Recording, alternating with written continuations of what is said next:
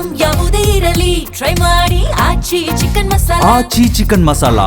ಹಾಸನ ಜಿಲ್ಲೆಯಲ್ಲಿ ಇಂದು ಕೇಂದ್ರ ಸಚಿವ ಎಚ್.ಡಿ. ಕುಮಾರಸ್ವಾಮಿ ಭರ್ಜರಿ ಪ್ರವಾಸವನ್ನು ಕೈಗೊಂಡಿದ್ದಾರೆ. ಅರ್ಕಲಗೂಡು ತಾಲೂಕಿನ ವಿವಿಧ ಗ್ರಾಮಗಳಿಗೆ ಭೇಟಿ ನೀಡಿದಂಥ ಕುಮಾರಸ್ವಾಮಿಗೆ ಅದ್ದೂರಿ ಸ್ವಾಗತ ದೊರೆತಿದ್ದು, ಕೊಡಕಹಳ್ಳಿ ಗ್ರಾಮದಲ್ಲಿ ನೂತನವಾಗಿ ನಿರ್ಮಾಣವಾಗಿರುವಂತಹ ಮಾರಮ್ಮ ದೇವಿಯ ದೇವಸ್ಥಾನವನ್ನು ಉದ್ಘಾಟಿಸಿದರು.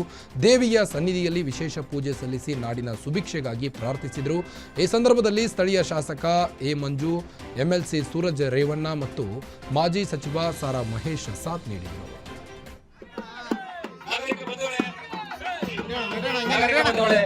ದಯಮಾಡಿ ಎಲ್ಲರೂ ವೇದಿಕೆ ಮುಂಭಾಗ ಒಂದು ಆಸೀನರಾಗಿ ಮಾನ್ಯ ಕುಮಾರಸ್ವಾಮಿ ಅವರು, ಎ ಮಂಜೂರವರು ವೇದಿಕೆಗೆ ಆಗಮಿಸಿದ್ದಾರೆ. ದಯಮಾಡಿ ಎಲ್ಲರೂ ತಮ್ಮ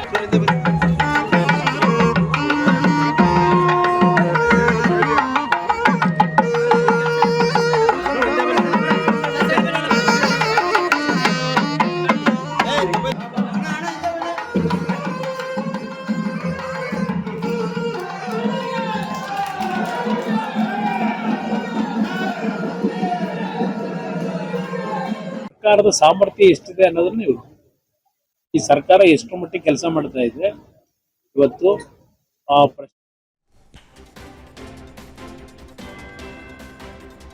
ನಮ್ಮ ಮೆಟ್ರೋ ಪ್ರಯಾಣಿಕರಿಗೆ ಗುಡ್ ನ್ಯೂಸ್ ಸಿಕ್ಕಿದೆ. ಪಿಂಕ್ ಲೈನ್ ಸಂಚಾರಕ್ಕೆ ಕ್ಷಣಗಣನೆ ಶುರುವಾಗಿದ್ದು, 3ನೇ ಡ್ರೈವರ್ಲೆಸ್ ಮೆಟ್ರೋ ರೈಲು ಸದ್ದಿಲ್ಲದೆ ಸಿಲಿಕಾನ್ ಸಿಟಿಗೆ ಬಂದಿಳಿದಿದೆ.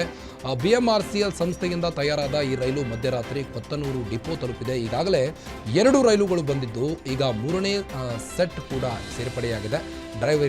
ಡ್ರೈವರ್ ಇಲ್ಲದೆಯೇ ಓಡುವ ಈ ರೈಲುಗಳ ಟೆಸ್ಟಿಂಗ್ ಈಗ ಭರದಿಂದ ಸಾಗಿದೆ. ಶೀಘ್ರದಲ್ಲೇ ನೇರಳೆ ಹಾಗೂ ಹಸಿರು ಮಾರ್ಗಕ್ಕೆ ಹೊಸ ಮೆಟ್ರೋ ರೈಲುಗಳು ಬರಲಿವೆ. ಜೂನ್ ಅಂತ್ಯದೊಳಗೆ 3 ಹೊಸ ಮೆಟ್ರೋ ರೈಲು ಬರುವಂತಹ ಸಾಧ್ಯತೆ ಇದೆ ಎನ್ನಲಾಗ್ತಿದೆ. 3 ಹೊಸ ರೈಲು ಬರೋದ್ರಿಂದ ಈ ಭಾಗದ ಪ್ರಯಾಣಿಕರಿಗೆ ಪ್ರಯಾಣ ಮತ್ತಷ್ಟು ಸುಲಭವಾಗಲಿದೆ. ಇಂದು ನಡೆಯಲಿರುವ T20 ವಿಶ್ವಕಪ್ನ ಸೂಪರ್ 8 ಹಂತದ ಪಂದ್ಯದಲ್ಲಿ ಭಾರತ ತಂಡ ಜಿಂಬಾಬ್ವೆ ವಿರುದ್ಧ ಕಣಕ್ಕಿಳಿಯಲಿದೆ. ಮೊದಲ ಪಂದ್ಯ ಸೋತಿರುವ ಭಾರತಕ್ಕೆ ಇದು ಮಾಡುವಿಲ್ಲವೇ ಮಡಿ ಸವಾಲು. ಎಂಎ ಚಿದಂಬರಂ ಕ್ರೀಡಾಂಗಣದಲ್ಲಿ ನಡೆಯುವ ಈ ಪಂದ್ಯಕ್ಕೂ ಮುನ್ನ ಚೆನ್ನೈ ನಗರ ಸಾರಿಗೆ ಅಧಿಕಾರಿಗಳು ಪಂದ್ಯದ ದಿನದ ಸಂಚಾರ ಹೆಚ್ಚಳವನ್ನು ನಿಭಾಯಿಸಲು ವಿಶೇಷ ಕ್ರಮಗಳನ್ನು ಕೈಗೊಂಡಿದ್ದಾರೆ. ಇನ್ನು ಚೆನ್ನೈ ಮೆಟ್ರೋ ರೈಲು ಲಿಮಿಟೆಡ್ ಪ್ರೇಕ್ಷಕರು ತಮ್ಮ ಪಂದ್ಯದ ಟಿಕೆಟ್ಗಳನ್ನು ಪ್ರಸ್ತುತಪಡಿಸಿದರೆ ಉಚಿತವಾಗಿ ಪ್ರಯಾಣಿಸಲು ಅವಕಾಶ ನೀಡುತ್ತದೆ.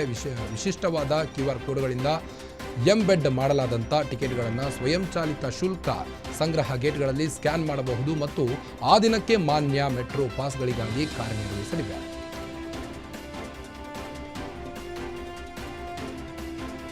ಹಾಡಹಗಲೇ ಮನೆ ಬಾಗಿಲು ಮುರಿದು ಖದೀಮರು ಮನೆಗಳತನ ಮಾಡಿದ್ದಾರೆ. ಘಟನೆ ರಾಯಚೂರು ಜಿಲ್ಲೆಯ ರಾಮ್ನಾಳ್ ಗ್ರಾಮದಲ್ಲಿ ಆದಂಥದ್ದು. ಇನ್ನು ಗ್ರಾಮದ ಶಂಕರಗೌಡ ಎಂಬುವರಿಗೆ ಸೇರಿದ ಮನೆ ಕಳ್ಳತನವಾಗಿದ್ದು, 4 ಚಿನ್ನದ ಉಂಗುರ, ಜಂಟಿ ಸರ ಸೇರಿ 70 ಗ್ರಾಂ ಚಿನ್ನಾಭರಣ ಮತ್ತು 1 ಲಕ್ಷ ನಗದು ಕಳ್ಳತನವಾಗಿದೆ. ಸ್ಥಳಕ್ಕೆ ಮುದಗಲ್ ಠಾಣೆ ಪೊಲೀಸರು ಭೇಟಿ ಕೊಟ್ಟು ಪರಿಶೀಲನೆ ನಡೆಸಿದ್ದಾರೆ. ಘಟನೆಯ ಸಂಬಂಧ ಮುದಗಲ್ ಠಾಣೆಯಲ್ಲಿ ಕೇಸ್ ದಾಖಲಾಗಿದೆ.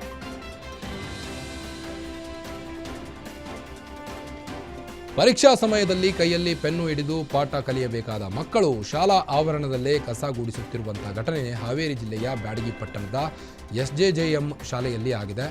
ನಮ್ಮ ಮಕ್ಕಳನ್ನು ನಾವು ಕೆಲಸ ಮಾಡೋಕೆ ಕಳಿಸಿಲ್ಲ ಎಂದು ಪೋಷಕರು ಶಿಕ್ಷಣ ಇಲಾಖೆಯ ವಿರುದ್ಧ ಕಿಡಿಕಾರಿದ್ದಾರೆ. ಸೋಷಿಯಲ್ ಮೀಡಿಯಾದಲ್ಲಿ ಮಕ್ಕಳು ಕೆಲಸ ಮಾಡುತ್ತಿರುವಂತಹ ವಿಡಿಯೋ ವೈರಲ್ ಆಗುತ್ತಿದ್ದಂತೆ ಸಾರ್ವಜನಿಕ ವಲಯದಲ್ಲಿ ವ್ಯಾಪಕ ಆಕ್ರೋಶ ವ್ಯಕ್ತವಾಗಿದೆ. ಈ ಘಟನೆಗೆ ಕಾರಣವಾದಂಥ ಬೇಜವಾಬ್ದಾರಿ ಶಿಕ್ಷಕರ ಮೇಲೆ ಕಠಿಣ ಕ್ರಮ ಕೈಗೊಳ್ಳಬೇಕೆಂದು ಸಾರ್ವಜನಿಕರು ದೂರು ನೀಡಿದ್ದಾರೆ.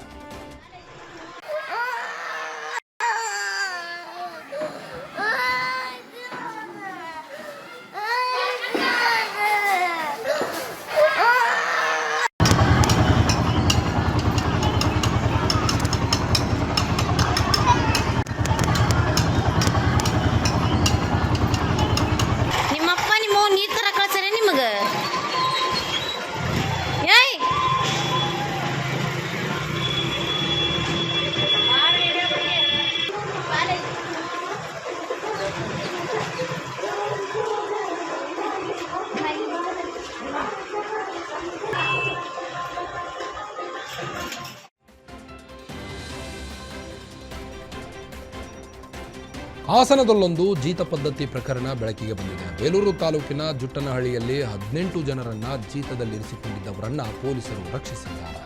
18 ಜನರನ್ನ ನಾಗರಾಜ್ ಹಾಗೂ ಮೊಹನೇಶ್ ಜೀತಕ್ಕಿರಿಸಿಕೊಂಡಿದ್ರು. ರೈಲು ನಿಲ್ದಾಣಗಳಿಂದ ಕರೆತಂದು ಜೀತ ಬಿರಿಸಿ ದುಡಿಸುತ್ತಿರುವುದರಿಂದ ಪೊಲೀಸರು ಕಾರ್ಯಾಚರಣೆ ನಡೆಸಿ ರಕ್ಷಿಸಿದ್ದಾರೆ. ರಕ್ಷಿಸಿದವರನ್ನ ಹಾಸನದ ಅಂಬೇಡ್ಕರ್ ಭವನದಲ್ಲಿ ಇರಿಸಿದ್ದಾರೆ.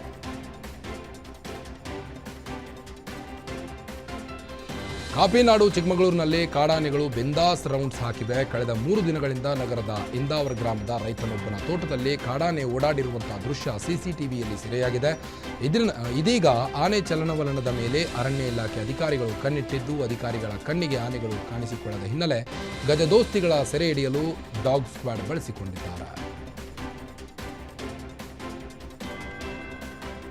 ಚಿತ್ರದುರ್ಗ ಜಿಲ್ಲೆಯ ಹೊಸದುರ್ಗ ಪಟ್ಟಣದಲ್ಲಿ ಬೆಳ್ಳಂಬೆಳಗ್ಗೆ ಕರಡಿ ಪ್ರತ್ಯಕ್ಷವಾಗಿ ಸಾರ್ವಜನಿಕರಲ್ಲಿ ನಡುಕ ಹುಟ್ಟಿಸಿದೆ. ಪಟ್ಟಣದ ಹೊರವಲಯದಲ್ಲಿರುವಂತಹ ಕುಂಚಿಟಿಗ ಮಠದ ಆವರಣಕ್ಕೆ ಕರಡಿ ಎಂಟ್ರಿ ಕೊಟ್ಟಿದ್ದು, ಇನ್ನು ಮಠದ ಭಕ್ತರು ಹಾಗೂ ಸ್ಥಳೀಯರು ಆತಂಕಕ್ಕೀಡಾಗಿದ್ದಾರೆ. ಈ ಭಾಗದಲ್ಲಿ ಕರಡಿಗಳ ಪ್ರತ್ಯಕ್ಷವಾಗುವುದು ಹೊಸದೇನಲ್ಲ.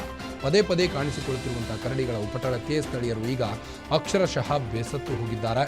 ಕೂಡಲೇ ಕರಡಿಯನ್ನ ಸೆರೆ ಹಿಡಿಯುವಂತೆ ಸ್ಥಳೀಯರು ಆಗ್ರಹಿಸಿದ್ದಾರೆ.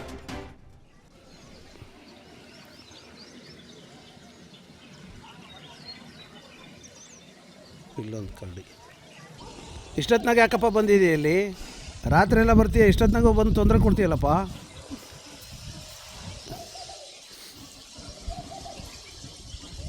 ಜಾಮವಂತ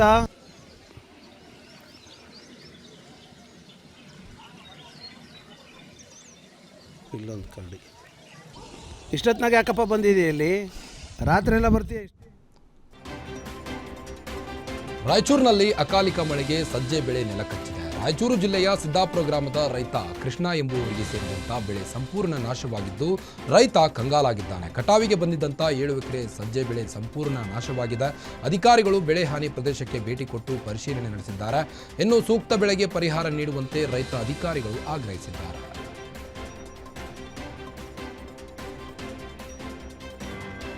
ಚಿಕ್ಕಮಗಳೂರು ನಗರದ ಕೆಎಂ ರಸ್ತೆಯಲ್ಲಿ ಸರ್ಕಾರಿ ಬಸ್ ಒಂದು ಮಧ್ಯ ರಸ್ತೆಯಲ್ಲಿ ಕೆಟ್ಟು ನಿಂತು ಪ್ರಯಾಣಿಕರಿಗೆ ಹಾಗೂ ಸಾರ್ವಜನಿಕರಿಗೆ ಭಾರೀ ಕಿರಿಕಿರಿ ಉಂಟು ಮಾಡಿದೆ. ಗ್ಯಾರಂಟಿ ಯೋಜನೆಗಳ ಅಬ್ಬರದ ನಡುವೆ ಸಾರಿಗೆ ಸಂಸ್ಥೆಯ ಬಸ್ಗಳ ಸ್ಥಿತಿ ಮಾತ್ರ ದಯನೀಯವಾಗಿದೆ. ಎಲ್ಲಿ ಕೆಟ್ಟು ನಿಲ್ಲುತ್ತವೋ, ಎಲ್ಲಿ ಬ್ರೇಕ್ ಫೇಲ್ ಆಗುತ್ತವೋ ಎಂಬ ಆತಂಕದಲ್ಲಿ ಪ್ರಯಾಣಿಕರು ಸಂಚರಿಸುವಂತಾಗಿದೆ. ಚಿಕ್ಕಮಗಳೂರು ಡಿಪೋದ ಬಸ್ಗಳ ನಿರ್ವಹಣೆ ಸರಿಯೇ ಇಲ್ಲವೇ? ಪ್ರಯಾಣಿಕರ ಸುರಕ್ಷಿತ ಪ್ರಯಾಣಕ್ಕೆ ಗ್ಯಾರಂಟಿ ನೀಡುವವರು ಯಾರು ಎಂಬ ಪ್ರಶ್ನೆ ಈಗ ಸಾರ್ವಜನಿಕ ವಲಯದಲ್ಲಿ ಎದ್ದಿದೆ.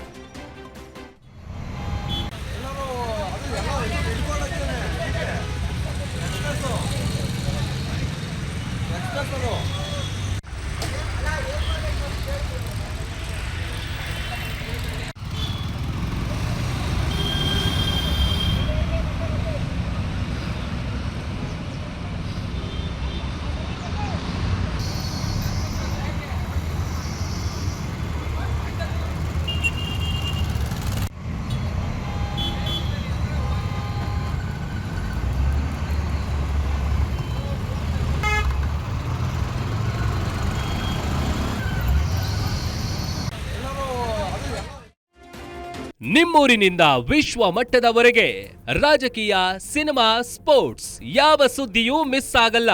ಬರೀ ಸುದ್ದಿಯಷ್ಟೇ ಅಲ್ಲ, ಜೊತೆಯಲ್ಲೇ ಇರುತ್ತೆ ವಿಶ್ಲೇಷಣೆ. ಗ್ಯಾರಂಟಿ ನ್ಯೂಸ್ನ ಸಬ್ಸ್ಕ್ರೈಬ್ ಮಾಡಿ, ಫಾಲೋ ಮಾಡಿ, ಕ್ಷಣ ಕ್ಷಣದ ಅಪ್ಡೇಟ್ಸ್ ಪಡೆಯಿರಿ.